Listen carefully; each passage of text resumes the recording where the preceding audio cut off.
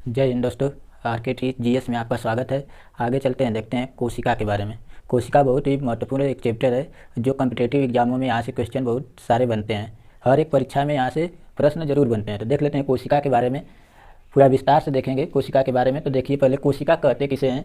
कोशिका कोशिका होती क्या है? जो सजीव होते हैं, जिसमें श्वसन करने की क्रिया होती है, उन्हें कहा जाता है सजीव। जितने भी जीव हैं धरती पे, सब जिनमें भी श्वसन की क्रिया होती है उन्हें कहा जाता है सजीव, यानी कि जीव होते हैं। जीवों की सबसे छोटी संरचनात्मक तथा क्रियात्मक इकाई को ही कोशिका कहते हैं। कोशिका किसे कहा जाता है? सेल। जीवों की सबसे छोटी संरचनात्मक तथा क्रियात्मक इकाई ही कोशिका कहलाती है। सभी जीवों का शरीर कोशिकाओं से मिलकर बना होता है। आगे चल के हम देखेंगे कैसे बना हुआ है जीवों का शरीर। आइए देखते हैं कोशिका की खोज सर्वप्रथम किसने किया था। सर्वप्रथम कोशिका की खोज रॉबर्ट हुक ने किया था। रॉबर्ट हुक ने मरी हुई कोशिका का खोज किया था, लेकिन जीवित कोशिका का खोज करने का काम एंटोनियो ल्यूवेनहाक ने किए थे। कौन किया था? एंटोनियो ल्यूवेनहाक। अब कोशिका सिद्धांत स्लाइडेन और स्वान ने दिया था। स्लाइडेन और स्वान का कहना था कि जितने भी धरती पे जीव हैं, सभी जीवों का शरीर कोशिकाओं से मिलकर ही बना होता है। किनसे मिलकर बना होता है? कोशिकाओं से मिलकर बना होता है। इस कोशिका सिद्धांत में स्लाइडेन और स्वान ने दिया था। आगे देख लेते हैं, कुछ महत्वपूर्ण प्रश्न आते हैं। सबसे छोटी कोशिका किसकी होती है? एग्जामों में पूछ लेता है सबसे छोटी कोशिका किसकी होती है। सबसे छोटी कोशिका माइकोप्लाज्मा की होती है। माइकोप्लाज्मा एक जीव है जिसकी सबसे छोटी कोशिका होती है। आगे देख लेते हैं, सबसे बड़ी कोशिका किसकी होती है। सबसे बड़ी कोशिका जो शुतुरमुर्ग होता है उसके अंडे की होती है। सबसे बड़ी कोशिका शुतुरमुर्ग के अंडे की होती है। शुतुरमुर्ग के अंडे की कोशिका सबसे बड़ी कोशिका होती है। आगे देखते हैं, मानव में सबसे छोटी कोशिका किसकी होती है। मानव में यहाँ पूछ रहा है, धरती पे जितने भी जीव हैं उसमें एक मानव भी आता है, जिसमें हम लोग आते हैं महिला और पुरुष। जिसमें मानव में सबसे छोटी कोशिका जो पुरुष का शुक्राणु होता है, शुक्राणु यानी कि स्पर्म, इसकी कोशिका सबसे छोटी कोशिका होती है। मानव में सबसे बड़ी कोशिका ओवम, जो फीमेल में ओवम होता है अंडाणु, उसकी कोशिका सबसे बड़ी होती है। ये मानव में होता है ओवम। यानी कि आप लोग ने देख लिया कि मानव में सबसे छोटी कोशिका जो शुक्राणु होता है स्पर्म का होता है, और मानव में सबसे बड़ी कोशिका अंडाणु जो ओवम होता है, ये फीमेल में होता है। आगे देखते हैं, मानव में सबसे लंबी कोशिका किसका होता है। मानव में सबसे लंबी कोशिका, आप जानते हैं कि हमारे शरीर में जो मस्तिष्क है, यह मस्तिष्क तंत्र का तंत्र जो होता है हमारे शरीर में पूरा फैला हुआ है। तो मानव शरीर में सबसे लंबी कोशिका मस्तिष्क में जो न्यूरॉन होता है उसे न्यूरॉन कोशिका कहा जाता है। न्यूरॉन की कोशिका सबसे लंबी होती है मानव में। आगे देख लेते हैं, मानव में सबसे तेज कोशिका विभाजन कहाँ होता है। मानव में सबसे तेज कोशिका विभाजन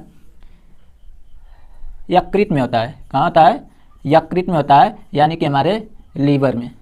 जो लीवर होता है उसमें सबसे तेज कोशिका विभाजन होता है। यकृत में अगर कोई चोट लग जाती है तो जल्दी से कोशिकाओं का विभाजन कर करके उनको बना देता है, मरी हुई कोशिकाओं को बनाने का कार्य करता है। आगे चल के देखेंगे हम कि कोशिका का विभाजन कौन सा अंग करता है। कोशिका का ही अंग होते हैं। अब आगे देखेंगे कोशिकाओं के अंग कौन कौन से हैं।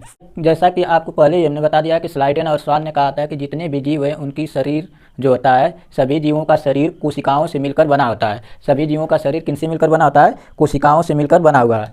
तो यहाँ हमने देख लिया कि एक मानव का हमने ले लिया है हाथ, यहाँ पर पेड़ पौधे जो पादप है, पेड़ है, उसको ले लिया है। तो आप जानते हैं कि स्लाइडेन और स्वान ने कहा था कि सभी जीवों का शरीर कोशिकाओं से मिलकर बना होता है। तो एक प्रकार से हमारा यह अंग हो गया। क्या हो गया? अंग हो गया। अंग को यह कोशिका से मिलकर बना होगा। जो हाथ है हमारा, कोशिका से छोटी छोटी कोशिकाओं से मिलकर बना होगा। बहुत सारी कोशिकाओं से मिलकर यह बना होगा। ठीक, बना देते हैं। यह हाथ भी हमारे कोशिका से मिलकर बना होगा। बहुत सी कोशिकाएँ होंगी। कोशिकाओं के मिलने से ऊतक बनते हैं, और ऊतकों के बनने से ही अंग का निर्माण होता है, और अंगों से पूरे शरीर का निर्माण होता है। ये पादप भी जीव है, ये भी कोशिका से बना होगा। बना देते हैं। ये भी बहुत सारी कोशिकाओं से मिलकर बना होगा। ये जितनी भी है सब कोशिका से। कोशिका को नग्न आँखों से हम नहीं देख सकते हैं। कोशिका को क्या कर सकते हैं? नग्न आँखों से नहीं देख सकते हैं। इन्हें सूक्ष्मदर्शी द्वारा देखा जाता है। जैसे घर बनाने के लिए हमें सबसे छोटा चीज़ क्या होता है? ईंट होता है। ईंट से दीवार का निर्माण होता है। दीवार का निर्माण होता है, और दीवार से कमरा बनता है। कमरा, और कमरा से क्या बन जाता है? पूरा घर बन जाता है। उसी प्रकार हमारा शरीर जो है वह सबसे पहले किससे बनता है? कोशिका कोशिकाओं के मिलने से ऊतक बनता है, ऊतक, और ऊतकों के मिलने से अंग का निर्माण होता है, और पूरे अंगों को बना दिया जाए, मिला दिया जाए तो पूरे हमारे शरीर का निर्माण हो जाता है, पूरे शरीर का निर्माण हो जाता है। जिस प्रकार ईंट से दीवार, दीवार से कमरा और घर बन जाता है, उसी प्रकार कोशिका से ऊतक और ऊतक से अंग और शरीर बन जाते हैं। उसी प्रकार देखिए हमारा हाथ भी एक प्रकार से अंग है जो कोशिकाओं से मिलकर बना होता है। कोशिका का अंग देखने के लिए हम यहाँ से हाथ में से एक कोशिका को निकालेंगे और पेड़ पौधों में से भी एक कोशिका को निकाल लेते हैं। देखिए यहाँ से एक कोशिका हम ले लेते हैं और एक कोशिका यहाँ से ले लेते हैं। ठीक, हाथ में से कोशिका निकालेंगे तो इसे नग्न आंखों से नहीं, सूक्ष्मदर्शी द्वारा देखा जाता है। किनके द्वारा देखा जाता है? सूक्ष्मदर्शी के द्वारा। सूक्ष्मदर्शी के द्वारा मान लीजिए हमने देखा इस कोशिका को निकाल कर यहाँ से लेकर आया, एक कोशिका को केवल निकालें। कोशिकाएं तो बहुत सारी हैं लेकिन हमने एक कोशिका को निकाला है। एक कोशिका को निकाल कर इसे सूक्ष्मदर्शी के द्वारा देखा गया तो इसमें एक पाया गया जो कोशिका के बाहर बाहर जो एक परत दिखाई दे रही है आपको, इसे कहा जाता है कोशिका झिल्ली कहा जाता है। इसे बोला जाता है कोशिका झिल्ली, कोशिका झिल्ली। यानी कि कोशिका का पहला अंग क्या हो जाएगा बताइए? कोशिका झिल्ली, कोशिका झिल्ली, कोशिका झिल्ली हो गया। इसे ही प्लाज्मा झिल्ली कहा जाता है। क्या कहा जाता है? प्लाज्मा झिल्ली, प्लाज्मा झिल्ली। प्लाज्मा झिल्ली जो होता है ये कोशिका होती है, कोशिका झिल्ली। जब कोशिका को निकाला गया तो कोशिका के सबसे बाहरी भाग को कोशिका झिल्ली या प्लाज्मा झिल्ली कहते हैं। यह प्रोटीन की बनी होती है। किसकी बनी होती है? प्रोटीन की बनी होती है, प्रोटीन की बनी होती है यह। और कोशिका के जितने भी अंग रहेंगे आगे चल के आपको हम दिखाएंगे। कोशिका के अंदर इसमें अगर सूक्ष्मदर्शी के द्वारा देखा जाएगा तो बहुत सारे कोशिकाओं के अंग पाए जाएंगे और कोशिका के जितने भी अंग रहते हैं इसी में उपस्थित रहते हैं। किस में उपस्थित रहते हैं? कोशिका झिल्ली में ही कोशिका के सभी अंग उपस्थित रहते हैं। कोशिका के सभी अंग, कोशिका के सभी अंग कोशिका झिल्ली में ही उपस्थित रहते हैं। यह कोशिका के अंगों को सुरक्षा प्रदान करती है। कोशिका के अंगों को क्या करती है? सुरक्षा प्रदान करती है। जब ये तो हो गया मानव का, जो जंतु होते हैं उनकी कोशिकाओं को निकाला गया तो कोशिका के बाहर बाहर एक परत पाई गई जिसे कोशिका झिल्ली कहते हैं। यह प्रोटीन की बनी होती है। कोशिका के सभी अंग इसी में उपस्थित रहते हैं, आगे चल के देखेंगे। और यह कोशिकाओं के अंग, जितने भी कोशिका के अंग होते हैं, कोशिकांग होते हैं, उनको सुरक्षा देने का कार्य करती है। अब देख लेते हैं पादप की कोशिका को जब निकाला गया, पादप की कोशिका को जब निकाला गया तो उसमें तो कोशिका झिल्ली पाई ही गई लेकिन उसके ऊपर एक और परत पाई गई। पादप जो होता है उसके ऊपर एक और परत पाई गई जिसे कहा गया कोशिका भित्ति। क्या कहा गया? कोशिका भित्ति। पादपों में दो कोशिका परत पाई जाती है, एक को कहा जाता है कोशिका झिल्ली और एक को कहा जाता है कोशिका भित्ति। कोशिका भित्ति, कोशिका भित्ति, सेल वाल होता है। तो आगे देख लेते हैं कोशिका का दूसरा का अंग जो आता है कोशिका भित्ति, कोशिका भित्ति। यह केवल पादपों में पाई जाती है। कोशिका भित्ति किस में पाई जाती है? केवल पादप में पाई जाती है, केवल पादप में पाई जाती है। लेकिन जो कोशिका झिल्ली होती है पादप प्लस जंतु दोनों में पाई जाती है, पादप प्लस जंतु दोनों में पाई जाती है। यहाँ से आप देख सकते हैं कि जब हमने जंतु की कोशिका को केवल निकाला तो यहाँ पे नीचे वाली बस परत पाई गई जिसे कोशिका झिल्ली कहते हैं। और जब पादप की कोशिका हमने निकाला तो सूक्ष्मदर्शी के द्वारा देखने पर एक अंदर वाली परत एक बाहर वाली दिखाई दे जिसे कोशिका झिल्ली और कोशिका भित्ति दोनों कहते हैं। तो यहाँ पे पादप और प्लस जंतु में दोनों कौन पाई गई? कॉमन हो गई, कोशिका झिल्ली कॉमन हो गई। लेकिन कोशिका भित्ति जो होती है जंतु का जब निकाले तो नहीं पाई गई थी उसमें, जब पादप का निकाले थे तो उसमें कोशिका भित्ति पाई गई थी। इसलिए कोशिका भित्ति केवल किस में पाई जाती है? पादपों में पाई जाती है। इस तरह हमने देखा कि पादपों में पाई जाने वाली जो कोशिका भित्ति है यह प्रोटीन सेलुलोज की बनी होती है। किसकी बनी होती है? सेलुलोज की बनी होती है। यह पादपों को मजबूती प्रदान करती है। जो कोशिका भित्ति होती है पादपों को मजबूती प्रदान करती है, मजबूती प्रदान करती है। इसलिए आप ऐसे भी अनुमान लगा सकते हैं कि पादपों को ज़्यादा शक्ति की ज़रूरत होती है क्योंकि वह उन पे डाली फल बहुत सारे उसको वजन लेने की ज़रूरत होती है। वो वजन लिया हुआ होता है, उसको भार बहुत ज़्यादा उठाना होता है। इसलिए उसमें दोहरी झिल्ली पाई जाती है, कोशिका झिल्ली और कोशिका भित्ति पाई जाती है, जिससे पेड़ पौधे जो डाली होते हैं, फल फूल होते हैं, उनको आसानी से अपने ऊपर रख सके। आगे देख लेते हैं, अगला अंग देख लेते हैं। अब चलते हैं कोशिका के अंदर। कोशिका के अंदर अगर देखेंगे सूक्ष्मदर्शी के द्वारा, इसमें एक अंग पाया जाएगा जिसे कहा जाता है माइटोकॉन्ड्रिया। क्या बोला जाता है? माइटोकॉन्ड्रिया। तो तीसरा अंग कोशिका का क्या आ जाएगा? माइटोकॉन्ड्रिया। माइटोकॉन्ड्रिया। जो माइटोकॉन्ड्रिया होता है, इसकी खोज अल्टमैन ने किया था। इसकी खोज किसने किया था? अल्टमैन ने किया था। माइटोकॉन्ड्रिया को ऊर्जा का घर कहा जाता है। क्या कहा जाता है? ऊर्जा का घर। माइटोकॉन्ड्रिया क्या कहा जाता है? ऊर्जा का घर कहा जाता है। जब कोशिका के अंदर देखा गया तो एक पाया गया जिस कोशिका का अंग माइटोकॉन्ड्रिया, जिसे माइटोकॉन्ड्रिया कहते हैं। माइटोकॉन्ड्रिया की खोज अल्टमैन ने किया था। इसे ऊर्जा का घर कहते हैं। ऊर्जा का क्या कहा जाता है? घर कहा जाता है। माइटोकॉन्ड्रिया जो होता है, यह क्रेब्स चक्र द्वारा, कौन सा क्रिया द्वारा? क्रेब्स चक्र द्वारा ऊर्जा का निर्माण करता है। क्रेब्स चक्र द्वारा ऊर्जा का निर्माण करता है। माइटोकॉन्ड्रिया क्रेब्स चक्र द्वारा ऊर्जा का निर्माण करता है और यह 38 एटीपी ऊर्जा का निर्माण करता है। कितने? 38 एटीपी ऊर्जा का निर्माण करता है। यह आपका जो श्वसन तंत्र है उसमें हम बताए हैं कि यह 38 एटीपी ऊर्जा का निर्माण कैसे करता है माइटोकॉन्ड्रिया। यह श्वसन की क्रिया जो होती है माइटोकॉन्ड्रिया के अंदर, कोशिका के अंदर जो श्वसन होता है उसे आंतरिक या कोशिकीय श्वसन कहते हैं। उसी में जो हमारा जो छोटी आंत होती है, भोजन जो खाते हैं, वहाँ से जो भोजन पच के जाता है हमारी छोटी आंत में, ग्लूकोज के रूप में पचा हुआ भोजन ब्लड द्वारा अवशोषित करके उसे माइटोकॉन्ड्रिया तक पहुँचा दिया जाता है। अब माइटोकॉन्ड्रिया तक जो ग्लूकोज पहुँचा रहता है उसको ऊर्जा में परिवर्तित होने के लिए ऑक्सीजन चाहिए। तो ऑक्सीजन हमारा पहुंचता है फेफड़े में, और फेफड़े के पास होते हैं वायुकोष। वायुकोष के पास ही रुधिर होता है। रुधिर में क्या होता है? हीमोग्लोबिन। हीमोग्लोबिन क्या करता है?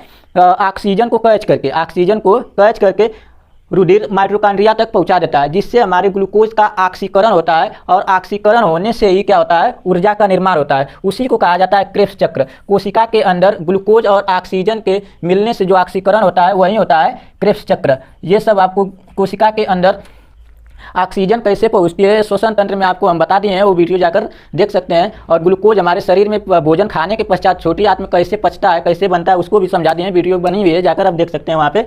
और यहाँ से देख लेते हैं, कोशिका के अंदर जो ग्लूकोज होता है, ग्लूकोज प्लस ऑक्सीजन के ऑक्सीकरण से, ऑक्सीकरण से क्या बनती है? ऊर्जा बनती है। ऑक्सीकरण से क्या बनती है? ऊर्जा बनती है। इस तरह से आपने देख लिया कि माइटोकॉन्ड्रिया जो होता है, खोज अल्टमैन ने किया था। इसे ऊर्जा का घर कहा जाता है, क्योंकि यह ग्लूकोज और ऑक्सीजन के संयोग से ऑक्सीकरण से कोशिका के अंदर जो कोशिकीय श्वसन या आंतरिक श्वसन होता है उसी के माध्यम से सहायता से ऊर्जा का निर्माण करता है। अब आगे देख लेते हैं, माइटोकॉन्ड्रिया के बाद अगर कोशिका के अंदर और अगर खोजा जाए तो इसमें एक और आ जाता है गाल्जी काय। कौन आ जाता है? गाल्जी काय। तो 3 तो इधर हो गया। चौथा देख लेते हैं, चौथा अंग कौन आ जाता है कोशिका का? गाल्जी काय। गाल्जी काय की खोज गाल्जी बॉडी ने किया था। गाल्जी बॉडी ने किया था। गाल्जी काय क्या करता है? ऊर्जा का परिवहन करता है। ऊर्जा का परिवहन करता है। गाल्जी काय हमारे शरीर में ऊर्जा का परिवहन करता है। मान लीजिए यह आपने देखा कि जो माइटोकॉन्ड्रिया होता है ऊर्जा का निर्माण करता है। क्या करता है? ऊर्जा का निर्माण करता है, इसलिए इसे ऊर्जा का घर भी कहा जाता है। जब माइटोकॉन्ड्रिया कोशिका के अंदर ऊर्जा बनाकर रख लेगा तो उससे जहाँ आवश्यकता हो हमारे शरीर में, जैसे जहाँ हम कार्य करते हैं वहाँ ऊर्जा की ज़्यादा आवश्यकता होती है। इस समय हम बोल रहे हैं ना, हमारे जीव के स्थान पे ऊर्जा ज़्यादा चाहिए, तब ऊर्जा हर जगह, हमारी कोशिका हर जगह है। यहाँ पे देखिए, हाथ में कोशिका है, यहाँ पर है, यहाँ पे पैर में, हर जगह कोशिका है। तो माइटोकॉन्ड्रिया वहाँ तक क्या बना के रखा है? ऊर्जा बना के रखा है। उन ऊर्जाओं का उपयोग जहाँ ज़्यादा कार्य हो रहा है वहाँ तक होना चाहिए। वहाँ पर पहुँचाने के लिए हमारे कोशिका के अंदर गाल्जी काय होता है, और गाल्जी काय उन कोशिकाओं के अंदर से माइटोकॉन्ड्रिया के स्थान से ऊर्जा को इकट्ठा करके जहाँ कार्य ज़्यादा होता है वहाँ पहुँचाता रहता है, जिससे मनुष्य सुचारू रूप से कार्य करता रहे। इस तरह जैसे हम बोल रहे हैं, अभी ऊर्जा या नहीं पहुँचाएगा हमारे जीव के पास तो हम बोलते करने लगेंगे, जिससे जिससे हमारी जीभ थक जाएगी अगर यह पहुंचाना अगर बंद कर दे ऊर्जा। तो हम बोल रहे हैं किसकी वजह से, गालजिकाय की वजह से, क्योंकि हमारे शरीर में यह ऊर्जा का परिवहन करता है और हमारे जीभ तक हमेशा ऊर्जा को पहुंचा रहा है, इसलिए आपके सामने हम लगातार बोलते जा रहे हैं। ठीक, तो आप समझ गए होंगे माइटोकॉन्ड्रिया क्या बनाता है, ऊर्जा बनाता है, और उस ऊर्जा का परिवहन हमारे शरीर में, मान लीजिए हम दौड़ रहे हैं तो दौड़ते हैं तो पैर के पास ऊर्जा ज़्यादा चाहिए, तो गालजिकाय क्या करेगा, ऊर्जा बन के रखा हुआ है कोशिकाओं के अंदर, उन कोशिकाओं के अंदर से ऊर्जा को हमारे पैर तक पहुंचाने का कार्य यही गालजिकाय करता है। आगे कोशिका के अंदर आ जाता है, अगर देखते हैं तो वैकुल्स यानी कि रसदानी, वैकुल्स को ही राजधानी बोला जाता है, रसदानी, रसदानी, रसदानी, रसदानी केवल पादपों में पाई जाती है।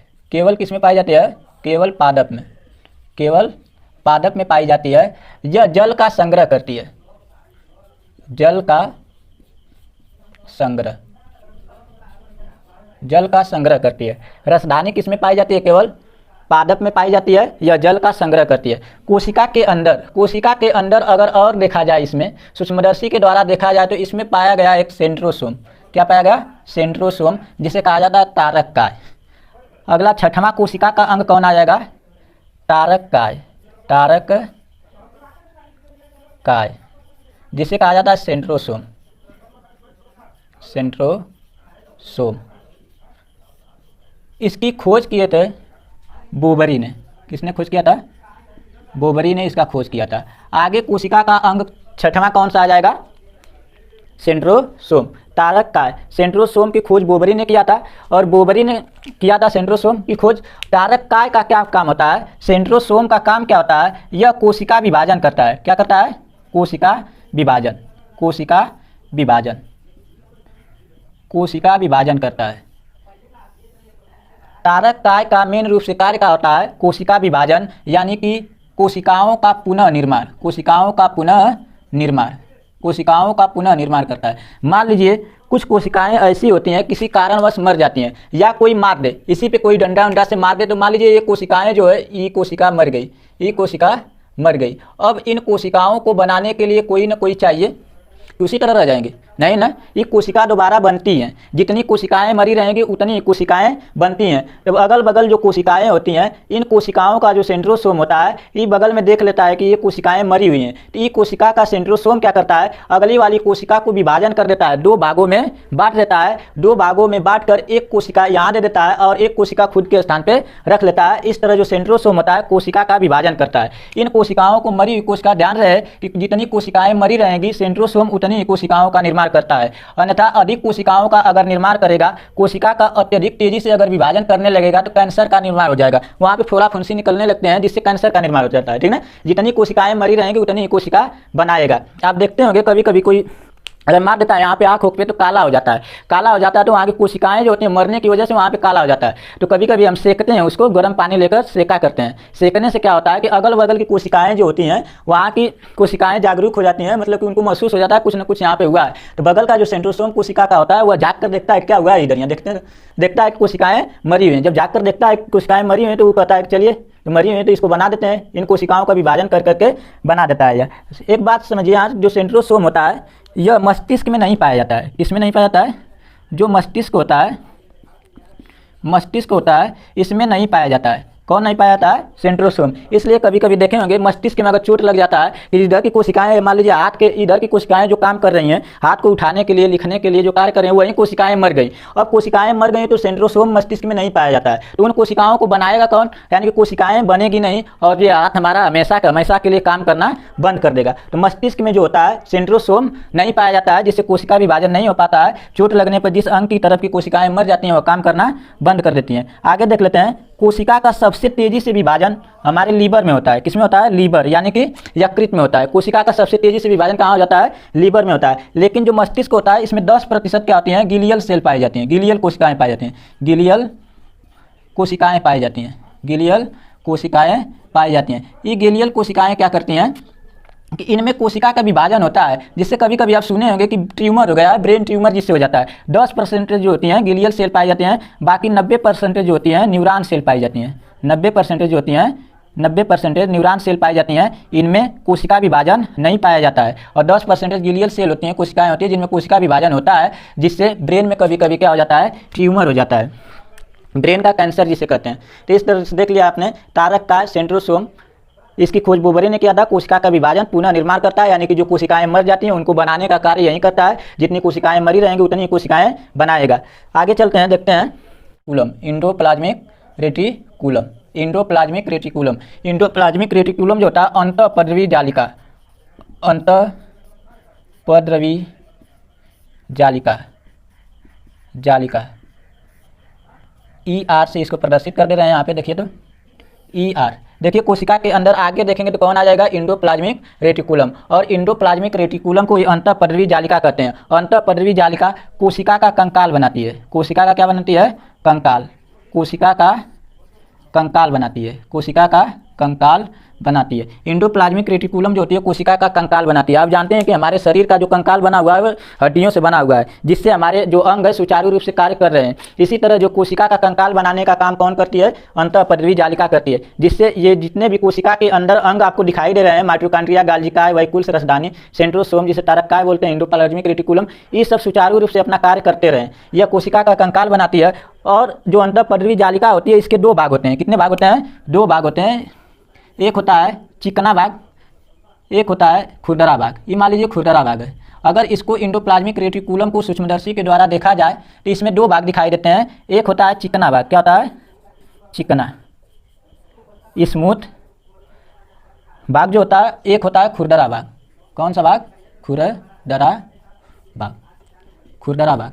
ये इंडोप्लाज्मिक रेटिकुलम अंतःपद्रवी जालिका का जो चिकना वाला भाग होता है, चिकना वाला भाग होता है, यह वसा का निर्माण करता है, वसा का निर्माण करता है। और खुरदरा वाला भाग प्रोटीन का निर्माण करता है। किसका निर्माण करता है, प्रोटीन का निर्माण करता है। आप जानते हैं कि वसा हमारे मोटाने के लिए, मोटापा के लिए आवश्यक है। और खुरदरा भाग जो प्रोटीन का निर्माण करता है, प्रोटीन हमारी वृद्धि के लिए बहुत ही आवश्यक होती है। इस तरह से आप देखें कोशिका के अंदर जो अंतःपद्रवी जालिका होता है, कोशिका का कंकाल तो बनाता ही है, प्लस इसके दो भाग होते हैं, एक होता है चिकना, एक होता है खुरदरा। और चिकना भाग वसा का निर्माण करता है, खुरदरा भाग प्रोटीन का निर्माण करता है। चिकना भाग वसा का निर्माण करता है। इसको याद रखने के लिए आप घी देखिए, घी मुलायम होता है ना, उसमें फैट ज़्यादा पाया जाता है, फैट ज़्यादा पाया जाता है, वो मुलायम होता है, बहुत चिकना होता है। तो चिकना से याद रखिएगा, घी से वसा, वसा चिकना भाग कौन बनाता है, वसा का। और खुरदरा भाग प्रोटीन का निर्माण करता है। इस तरह से आपने देख लिया कोशिका के कितने भाग, 6 भाग, 7 भाग हमने देख लिया। पहला भाग क्या था, कोशिका झिल्ली, ये वाली काली वाली जो दिखाई दे रही है कोशिका झिल्ली, इसके ऊपर जो पाई गई कोशिका भित्ति। अब कोशिका के अंदर हमने कोशिकाओं के अंग को देखना चालू किया सूक्ष्मदर्शी के द्वारा, तो माइटोकॉन्ड्रिया, गाल्जिकाय, रसदानी, सेंट्रोसोम और इंडोप्लाज्मिक रेटिकुलम। कोशिका का अगला अंग राइबोसोम होता है। क्या होता है, राइबोसोम होता है। राइबोसोम को प्रोटीन की फैक्ट्री कहते हैं। राइबोसोम को प्रोटीन की फैक्ट्री कहते हैं। राइबोसोम जो इंडोप्लाज्मिक रेटिकुलम होता है, इंडोप्लाज्मिक रेटिकुलम, इंडोप्लाज्मिक रेटिकुलम के खुरदरे भाग पर पाया जाता है, खुरदरे भाग पर पाया जाता है। आप जानते हैं इंडोप्लाज्मिक रेटिकुलम के दो भाग होते हैं। कितने भाग होते हैं, दो भाग होते हैं। एक होता है खुरदरा भाग, एक होता है चिकना, एक होता है चिकना भाग और एक होता है खुरदरा भाग। जो ये राइबोसोम होता है, राइबोसोम इसी के खुरदरे भाग पर पाया जाता है। और पहले से आपको पता है यह खुरदरा भाग किसका निर्माण करता है, प्रोटीन का। खुरदरा भाग किसका निर्माण करता है, प्रोटीन का। इस पे राइबोसोम पाया जाता है, इसलिए राइबोसोम को प्रोटीन की फैक्ट्री कहते हैं। प्रोटीन की फैक्ट्री, प्रोटीन की फैक्ट्री कहा जाता है, प्रोटीन की फैक्ट्री, प्रोटीन की फैक्ट्री कहा जाता है। राइबोसोम को प्रोटीन की फैक्ट्री कहा जाता है। राइबोसोम दो प्रकार का होता है। कितने प्रकार का होता है, दो प्रकार का होता है, दो प्रकार का होता है। एक होता है 70S और दूसरा का होता है 80S।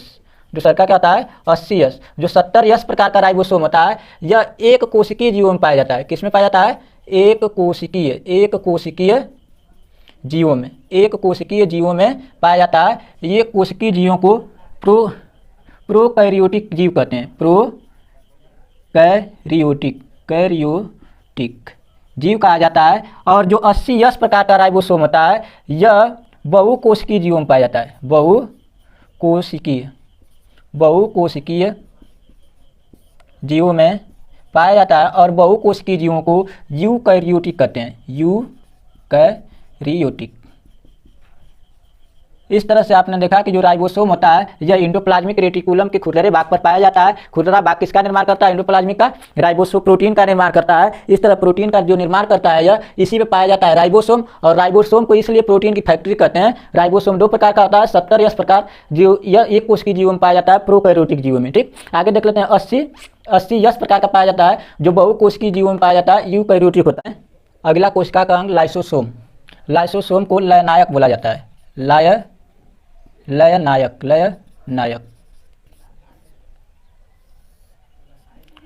जो लयनायक होता है इसकी खोज CD डुबे ने किया था। किसने किया था? CD डुबे। इसकी खोज CD डुबे ने किया था।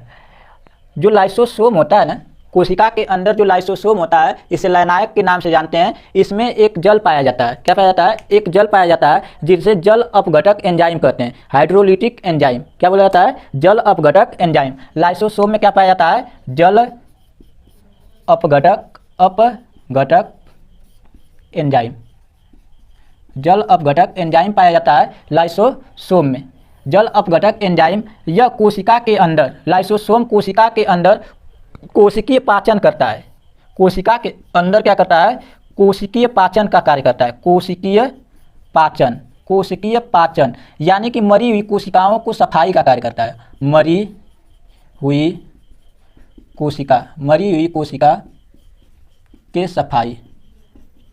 कोशिका के सफाई का कार्य कौन करता है? लाइसोसोम करता है। देखिए, ये जो कोशिकाएं मर गई थी, हाथ मनुष्य का हाथ बनाए हुए हैं, थोड़ा सा सही नहीं है, देख लीजिएगा। ठीक, जो कोशिकाएं मरी हुई हैं, इन कोशिकाओं को बनाने का काम तो सेंट्रोसोम कर दिया था, लेकिन इनको सफाई का काम आपको अभी नहीं बताए थे। इनको सफाई का काम कौन करेगा? यही लाइसोसोम करता है। इसमें जल अपघटक एंजाइम पाई जाती है। यह जल अपघटक एंजाइम को थोड़ा थोड़ा इसमें छिड़क देता है। क्या करता है? छिड़काव कर देता है, जिससे यहाँ का धीरे धीरे क्या करता है? साफ होना चालू हो जाता है। जैसे आप देखे होंगे कभी कभी काला पड़ जाता है कहीं चोट लगने से, तो वहाँ का धीरे धीरे क्या होना था? कालापन समाप्त होने लगता है। उस कालापन को समाप्त करने में महत्वपूर्ण भूमिका कौन निभाता है? यही लाइसोसोम निभाता है। इसमें जल अपघटक एंजाइम पाई जाती है और कोशिकीय पाचन यानी मरी कोशिकाओं को सफाई का काम करता है। कभी कभी लाइसोसोम क्या होता है? किसी कारणवश फट जाता है। क्या होता है? फट जाता है, जिससे इसमें जल अपघटक एंजाइम पाई जाती है। फट जाता है जिससे इसमें कोशिका के अंदर सभी जितने भी अंग रहते हैं सभी मर जाते हैं। इसलिए इनके फटने की वजह से इसे आत्महत्या की थैली भी कहते हैं। आत्महत्या की थैली भी कहा जाता है। आत्महत्या की थैली भी कहते हैं। यह जो लाइसोसोम होता है, लाइसोसोम जो होता है यह RBC यानी कि लाल रुधिर कणिकाओं में नहीं पाया जाता है। RBC लाल रुधिर कणिकाओं में नहीं पाया जाता है, लेकिन जो स्प्लीन होता है, स्प्लीन, प्लिया जिसे बोला जाता है, प्लिया जिसे ब्लड बैंक के नाम से भी जाना जाता है, इसमें पाया जाता है। लाइसोसोम क्या पाया जाता है? जो RBC होता है हमारे रुधिर में, जो लाल रुधिर कणिकाएं होती हैं उसमें लाइसोसोम नहीं पाया जाता है, लेकिन जहाँ पर ब्लड इकट्ठा होता है स्प्लीन में, वहाँ पे लाइसोसोम पाया जाता है। आप जानते हैं कि RBC का जीवन काल 120 दिन होता है। 120 दिन होने के बाद ये मर जाती हैं और मरने के बाद स्प्लीन, प्लिया में चली जाती हैं। आगे देखते हैं। इस तरह से लाइसोसोम के बारे में आपने देख लिया। ये जो मरी हुई कोशिकाएं हैं इनको सफाई का कार्य यह करता है, इसलिए आत्महत्या की थैली या कोशिकीय पाचन मरी हुई कोशिकाओं की सफाई करता है। और लाइसोसोम को आत्महत्या की थैली कहते हैं। कभी कभी इसमें कुछ बीमारी, कुछ समस्या आ जाने, संक्रमण आ जाने से यह खुद ही फट जाता है। फटने की वजह से कोशिकाओं के सभी अंगों को मार देता है, जिसे आत्महत्या की थैली से बोला जाता है। कोशिका का अगला अंग देखते हैं, केंद्रक। कोशिका का अगला अंग केंद्रक, जिसे न्यूक्लियस कहते हैं। कोशिका का अगला अंग केंद्रक। केंद्रक की खोज, ये जो कोशिका के अंदर केंद्रक होता है, केंद्रक की खोज रॉबर्ट ब्राउन ने किया था। रॉबर्ट ब्राउन ने किया था। और केंद्रक जो होता है, केंद्रक को कोशिका का ब्रेन कहते हैं। केंद्रक को क्या कहता है? कोशिका का ब्रेन कहा जाता है। जैसे हमारा मस्तिष्क हमारे पूरे शरीर को नियंत्रित करके रखता है, उसी तरह कोशिका के अंदर जो केंद्रक होता है, केंद्रक भी कोशिकाओं के सभी अंगों पर नियंत्रण रखता है। इसलिए केंद्रक को क्या बोला जाता है? कोशिका का ब्रेन। केंद्रक को क्या बोला जाता है? कोशिका का ब्रेन बोला जाता है। कोशिका का ब्रेन यानी कि मस्तिष्क बोला जाता है। मस्तिष्क बोला जाता है। जो केंद्रक होता है यह कोशिका के अंगों पर नियंत्रण रखता है। कोशिका के अंगों पर क्या करता है? नियंत्रण रखता है। अब नियंत्रण रखने का कार्य कौन करता है? केंद्रक करता है। मान लीजिए माइटोकॉन्ड्रिया को क्या करना है? ऊर्जा बनाना है। ऊर्जा बनाने के लिए कौन बोलेगा? केंद्रक बोलेगा। हम बोल रहे हैं हमारे जीव के पास ऊर्जा पहुंचाने का कार्य करना है, गाल्जिकाय करेगा। गाल्जिकाय को कौन बोलेगा? न्यूक्लियस बोलेगा। अब मान लीजिए यह गाल्जिकाय इसके कहने पर नहीं कार्य कर रहा है, कहने पर कार्य नहीं कर रहा है, तो एक अपने साथ ही रखा हुआ है लाइसोसोम, कोशिका का सबसे खतरनाक अंग लाइसोसोम। अब कोई इसमें से कार्य नहीं कर रहा है तो केंद्रक किसको बोलेगा? लाइसोसोम को। देखो कार्य नहीं कर रहा है, देखो थोड़ा सा ही जाएगा उसके पास, नहीं करेगा, छिड़क देंगे अभी, डर के मारे यह करने लगता है, ठीक है। अगर नहीं करेगा तो यह खुद है बदमाश, इसमें जल अपघटक एंजाइम है, लो छिड़क दिए गए काम से। तो इसलिए यह अपने पास रखा हुआ है कौन? लाइसोसोम। तो ये ऐसी बात नहीं है, यह सब सुचारू रूप से अपना कार्य करते रहते हैं, यह आपको बस जानकारी के लिए बता दिए हैं। आगे देखते हैं, जो केंद्रक होता है यह कोशिकाओं पर नियंत्रण रखने का काम करता है। केंद्रक के अंदर अगर देखा जाता है, केंद्रक के अंदर देखा जाता है तो गुणसूत्र पाया जाता है। क्या पाया जाता है? गुणसूत्र पाया जाता है, गुणसूत्र पाया जाता है केंद्रक के अंदर। अब आगे देखते हैं, कोशिका का और भी अंग आते हैं, कोशिका का और भी अंग आता है। एक आता है जीव द्रव्य, जीव द्रव्य।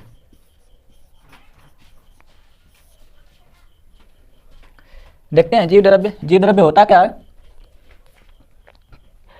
जीव द्रव्य, जीव द्रव्य की खोज पुरकिंजे ने किया था। किसने किया था? पुरकिंजे, पुरकिंजे ने किया था। जीव द्रव्य की खोज पुरकिंजे ने किया था।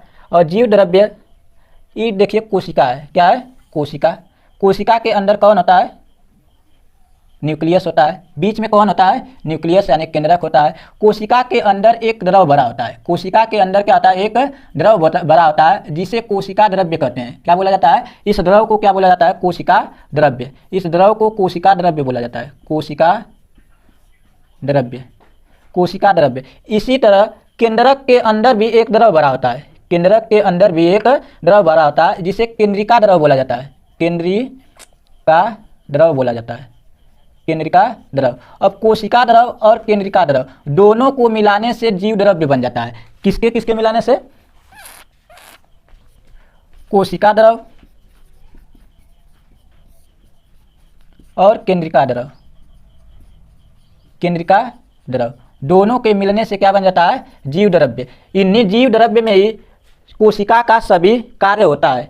देखिए जीव द्रव्य या कोशिका के अंदर भरा हुआ जल जो है इसे कहा जाता है कोशिका द्रव, और केंद्रिका द्रव दोनों को मिलाने से क्या बनता है? जीव द्रव्य। जीव द्रव्य में ही कोशिका की जितनी भी क्रियाएं होती हैं, संरचना जो होती है इसी में होती है। कोशिका का अगला अंग आता है पश्माविका और कशाविका, पश्माविका और कशाविका, पश्माविका और कशाविका, सिलिया और फ्लेजला।